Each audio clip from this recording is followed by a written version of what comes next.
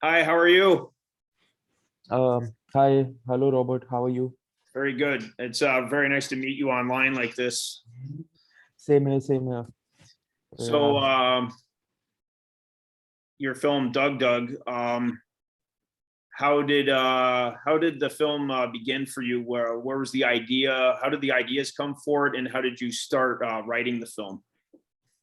Uh, so it started like I I was reading these books like Richard Dawkins' God, Delusion, and all that, but I was not too much into them. And then like I'm from a religious background, so like my parents and all, they are very religious people. Even my grandmother, and also we used to go to all these temples back in Rajasthan, like in like very remote places, and they have like their own stories. Like every other temple they have like a very own story, so we always, like my grandmother used to say, it's all about faith.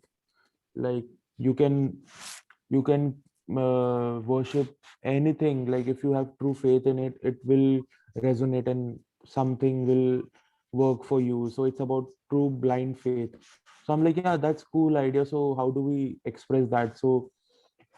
Uh, so I have been to this temple. So this is inspired from a real temple, not an exact story. It's inspired from this temple based in Jodhpur, Rajasthan. Uh, it's a desert state in India. So there is this temple where people actually pray to a motorbike, which is a old Royal Enfield Bullet, and they offer alcohol to it. And there is a big like number of deities and followers who worship them like blindly. And I'm like, okay, so then I'm like, then it clicked, oh, then I can make a satire out of it. Like it's a good premise. And yeah, that's how it came. Then I started researching about temples and just finding out details, like little bit details like you find in the temples, because you are showing the growth so of the temple. So small things like in the temples, like detailing and production design, and just to see how temple grows. So I was just traveling to all these temples in Rajasthan and just finding some patterns and similarities and all that. And that's how I started writing. And then it was just like a stream of consciousness, just it was just flowing. And then there were like couple of drafts. And then yeah, then also while I was writing it, I was also searching for the locations where I want to shoot, because all the locations, I wanted all the locations like real, and maybe we can like prop it a little bit in with the post production people, oh sorry, production design. And yeah, so while writing also, me and my DOP Aditya Kumar, we were also visualizing it. So some of the scenes, because of the location, we designed it in such a way that it should feel very natural, like every moment and every dialogue and everything. So it was that. And then we storyboarded everything, like every single shot. So then after finalizing the locations and dialogues, and then we storyboarded the entire film from start to finish. Maybe like some portions we didn't storyboard because we ran out of money for it. And then there were just like montages, like couple of shots here and there of like donation box and all. And then we thought, oh, that's, we don't need that like in storyboards. Otherwise, like every other scenes from start, the opening track and everything are all storyboarded. So that's how it went. Like, and then casting and all, like finding right people. Most of them were not even actors. So yeah, so that's how. That's one thing that you mentioned. It's like based on a desert temple, and when I was watching the film, what I thought was really cool initially was it wasn't like in Mumbai or something. It was definitely a part of India that maybe somebody in the U.S. is not going to see that kind of part of India. So Yeah, talk about some what was it like to shoot on location there, and what was some of the difficulties? so difficulty was, it was like, though it was like near my house, it's like 40 kilometers away from where I grew up. But also like after 40 kilometers away there is nothing. So it's in a, we shot it in a place called Ramgarh. It comes between like Delhi Jaipur highway. And then like once you go inside that district, like there are some parts which are like very remote, and they are like wildlife sanctuaries and all. So there is no mobile signal, anything, and no electricity, no wires whatsoever. Though there are like people living there, like, but where we were shooting there were no cell phone or anything, like there was no internet. So it was a hard thing for us. And then logistically, the good thing was like everything is connected by road, so roads were very nice, thankfully. So it was very easy for us to shoot. And also the temperature was a big deal because we were shooting it in the middle of the summer. The temperature was reaching till like I think 48 degrees and 52 degrees. 53 was I think the maximum. Yeah. So you could actually feel the heat on your shoes, like you can feel that warmth You have from the older sun. actors there too. So Yeah, yeah. obviously Yeah, everybody on the crew, but definitely you had older actors there and you had to be very concerned with their health. yeah, yeah, yeah. And speaking of health, we're all dealing with obviously the pandemic. When you were shooting this film, it was in 2020, 2021. No, no, no. Before that, so we shot it Okay, before the lockdown. So yeah, no problem in that's that. good. Mm-hmm. And then, you touched upon working with your cinematographer and pre-production, and that's one thing that anybody who sees this film is immediately drawn to is the look of the movie. It looks gorgeous. How did Yeah. you visualize the look? What did you want to do with the film? So what I wanted to do with the film was, first thing was, there is a very big stereotype about Rajasthan in India. So whenever you see Rajasthan, there is like camel roaming around in desert and sunset, and there is this specific music, and like it's something like Padharo Mare Desh. And also I never wanted that. I'm like, ki Rajasthan is way bigger. This is just like one thing which like people know about Rajasthan. And also like I was inspired from spaghetti western film. I wanted to make this film look like a its own world. So, and also a little bit comical. So we choose this location because it has a very simple hill line. So everything was very simple.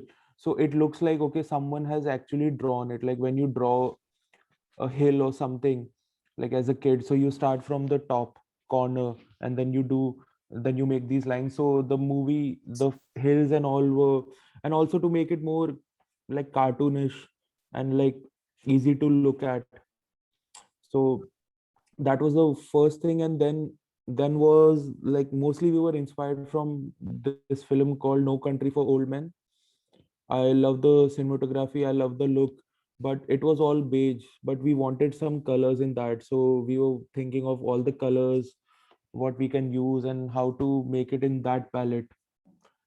So the blue and pink. So normally when you see like desert, so there are not so many colors. Everything is very beige and sand, and we wanted to these two colors to pop out, but not that much. So all these things, and since I'm a designer, it was very like intuitive for me to work on these things. And yeah, what else? And Uh, also then like taking pictures of the locations and then storyboarding everything and then having long discussions about every shot. So it was a lengthy process. So it took us like 3-4 months to storyboard the entire film, and me and my DOP were loving it. Aditya, we were loving it. It was like the fun exercise before the shooting. Like it didn't cost us a lot. Like it was just like frames, and we were just having fun. well, as Yeah, Martin Scorsese said, paper's cheap, film is expensive. So, yeah, yeah, and I think that yeah. pre-production part is fun because you're bonding as a Hmm. crew. You get to Hmm. start seeing the film. There's Hmm. no pressure Yeah, yet. You don't have all these people yeah, assembled and you're shooting it. So yeah, you can have a lot yeah. of fun Yeah. finding the movie. Even my sound designer was very much into it, Siddharth Dubey, and he was also sometimes very part of the initial storyboarding process and all. It was a very fun exercise. And also with the costumes, and also we drew like couple of things which we already wanted in the film. Yeah, so it was fun. And you talked about it was like a 3-year process from you getting the idea of writing it and then Yeah. filming it and editing it and the whole process of how a film's going to go. Mm-hmm. You had ups and downs of that. What kept you going through this process to finish this film and get it realized? No, like there is no way back. There is so much money put into it, and if I'll stop, then makes no sense. uh, and also just the drive of it. like love working, love learning about films. So it actually took me a little bit time. So I was also learning about all these different aspects of filmmaking, post shooting. And also someone gave me a very good advice, like a filmmaker from India. His name is Devashish Makija. He was like, it's your first film, take your time, like learn every aspects of it. Like even Gurmal del Toro, he made his first vampire film. If I'm not wrong, it took him 8 years because he was trying to learn. So it's your first film, so better learn every aspects of it and try to do everything by your own. So yeah, that's what, like even like editing and all, I started learning about it after I shot it, like the softwares and all. Like I knew like little bit here and there, but not like in a professional stage. So yeah, so it was like a whole thing was a learning process. It Like was your film school, yeah, of course. very much Even so. now, like coming to Toronto and meeting people, it was also a learning process. Like this thing, like nobody will tell you, like you will not find it in like books or documentary or whatever. This is like the last thing you gotta come and see for yourself. That's what I Yeah, think is cool about filmmaking. There's no roadmap. I mean, yeah, people yeah, on and not disrespect anybody who goes to film school or anything. I mean, there's all that's yeah. what I'm saying is there's so many cool ways and Hmm. avenues to make a film nowadays and try to find an audience and Hmm. whatnot. So what was the experience like when you got the invite to Toronto and then you were fortunate that you were able to go? What was the experience like to be at TIFF? So like as soon as I got the invite, I was blown away. I didn't even know about Peter, though I knew about Midtown Madness and everything. Then I researched about him and what he said about the film in the mail. I was like, wow, this guy gets it. Like it's amazing. Like he gets this film. And yeah, and that time also, like the Canada borders were closed for Indians, so we were actually hoping that something should happen and we'll be able to go. So we got a visa just a day before our flight. Wow. So our first premiere was on 9th, and the another in-person IMAX premiere was on 10th. So we got a visa on 8th, and then we booked a flight, and somehow we managed to came, but we missed our premiere. But it's okay. Yeah.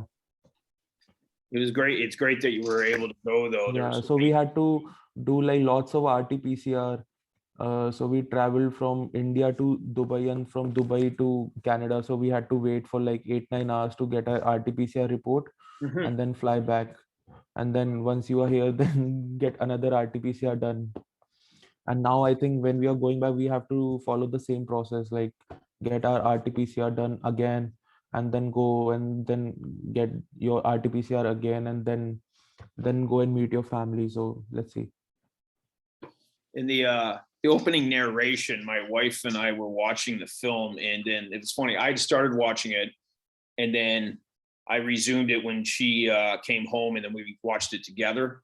So I had this thought when he's driving the motorcycle and all that cool narration, and then my wife said Yeah. it, and I had thought about it. It sounded like Leonard Cohen. Was that some just thing that we made up and like something that we like? Oh, that sounds like Leonard Cohen, or was that some sort of inspiration? Uh, no. I have actually never heard of this guy. I'm sorry. No, So that's cool. mainly was like the main inspiration was Pink Floyd songs. Oh, nice. Yeah. So I like these old songs like psychedelic rock where you take your time, like they are around like 8 minutes or 9 minutes, and it sets you in the mood. Like that's what I have some problem with the present songs. They are like for like 2 minutes and 3 minutes. So once you get into the groove and you start enjoying the song, it's over. So that's what I didn't want. And also I wanted like some cool opening for the film. So I believe there are two openings which are the best, and it sets you the mood for that film. One is Easy Rider and the other one is Top Gun. So they are Nice. like my favorite opening ever. Like opening for Top Gun with that Danger Zone song, Oh yeah. and Easy Rider with Born to Be Wild. But now for this film we had no song.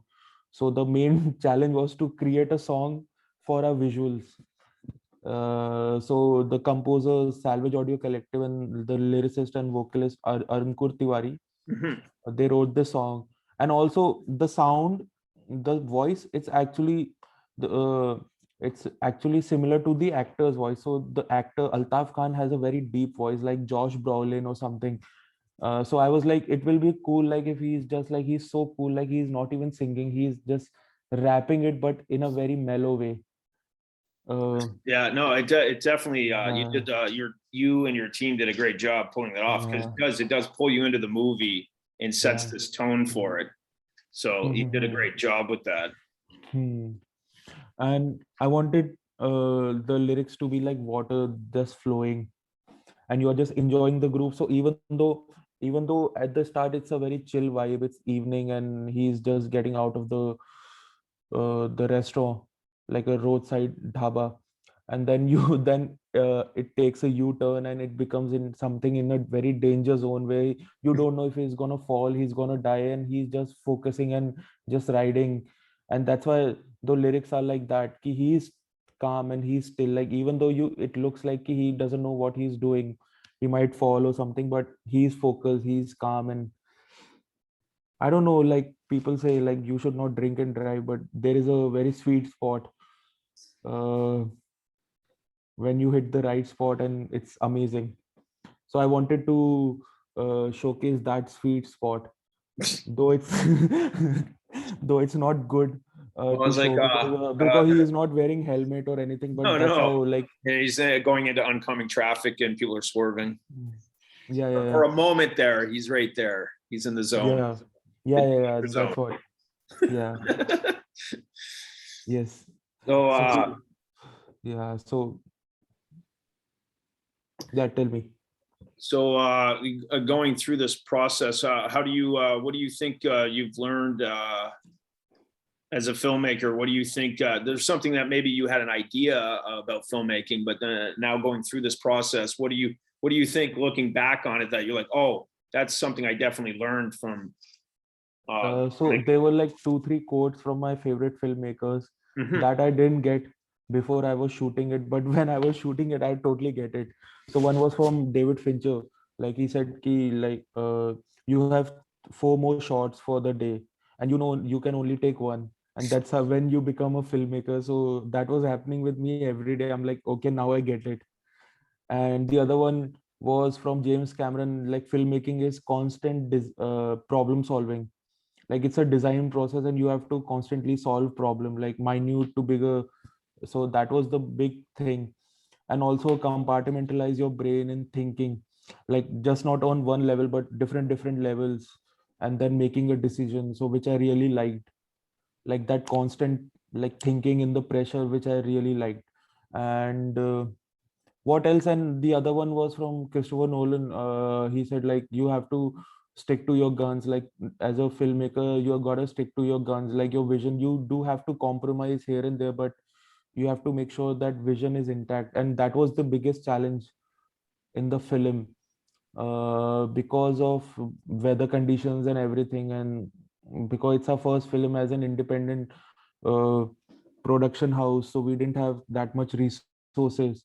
So just sticking to your guns, what we storyboarded and what we wanted, and just getting that uh, was a huge challenge. And this is what this thing, like the biggest learning experience, to just stick to your guns and don't let anyone know, even if you are doing compromise, only you know, because the film is running in your head. uh, so yeah.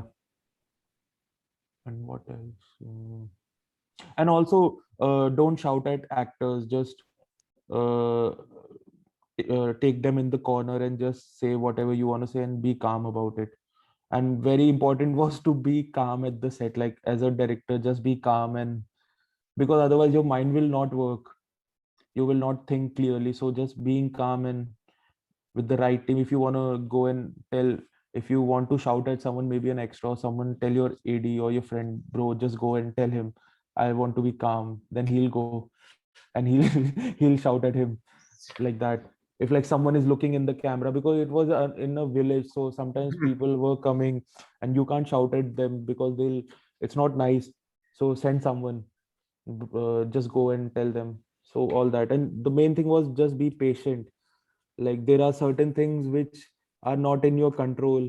So there is no point getting angry at it, and just try to find a solution here and there.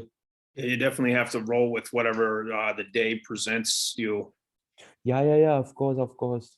Yeah, and whatever vibe you bring to the set's going to carry over to everybody else. So if you're Mhm. cool, then everybody else will be like, oh, okay, cool. Hmm.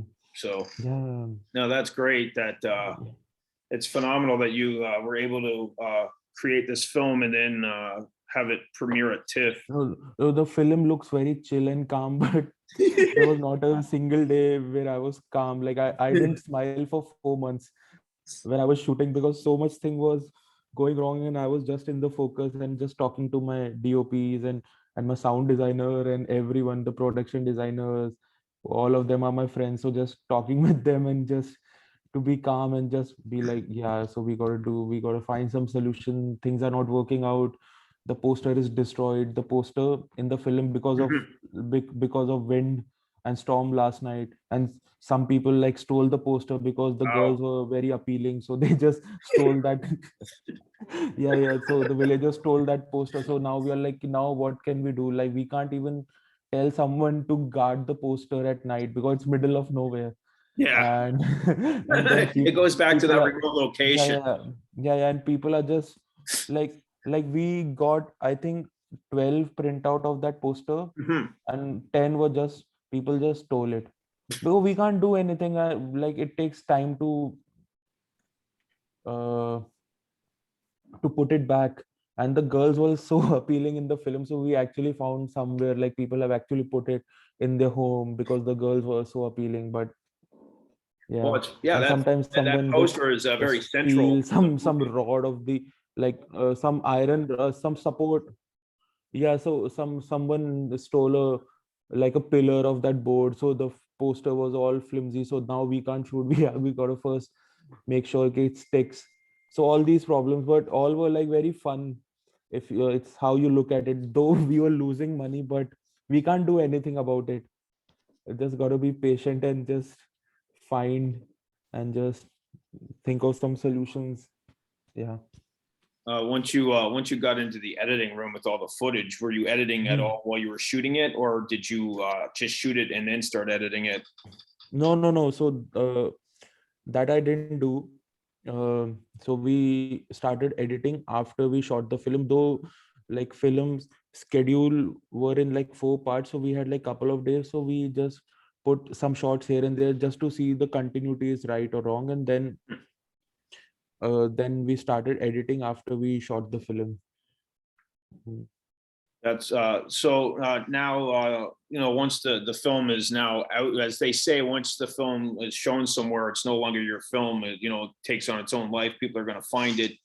What as we speak right now, and that's going to change obviously over time and whatnot, and meetings and that. What is the future of the movie right now? A couple of weeks after it premiered. I have no clue. Yeah, We are still trying to find the distributions and all. So my sales agent for the film, they are doing an amazing job. They are UTA, so they are doing their best. So let's see. Also, like want to try to release it in India, but let's see how it goes. hmm yeah, Yeah. that's a tough one right now. Yeah, so let's see. So I can't tell you anything, and though we have plans for other film festivals, so they That's have not good. disclosed their final lines and all. So I can't tell you about that. No, that's Uh, great. hmm, hmm, hmm. Yeah, it'll have a life on the film festival circuit. That's good. Hmm. Also, now I don't know. Like I've started working on another one. So as you said, like now it's the film has its own life. So let's see where it goes. Yeah, So that's good. You've got a lot of inspiration in that now to go and take that energy and start the next movie. yeah. That's Already, awesome. yeah, working on it. That's very good. Yeah. Well, I want to thank you so much for your time, and it was great that we it worked out and we got to chat about the movie. Same here, Robert. Thank you so much. Thank you. Mm.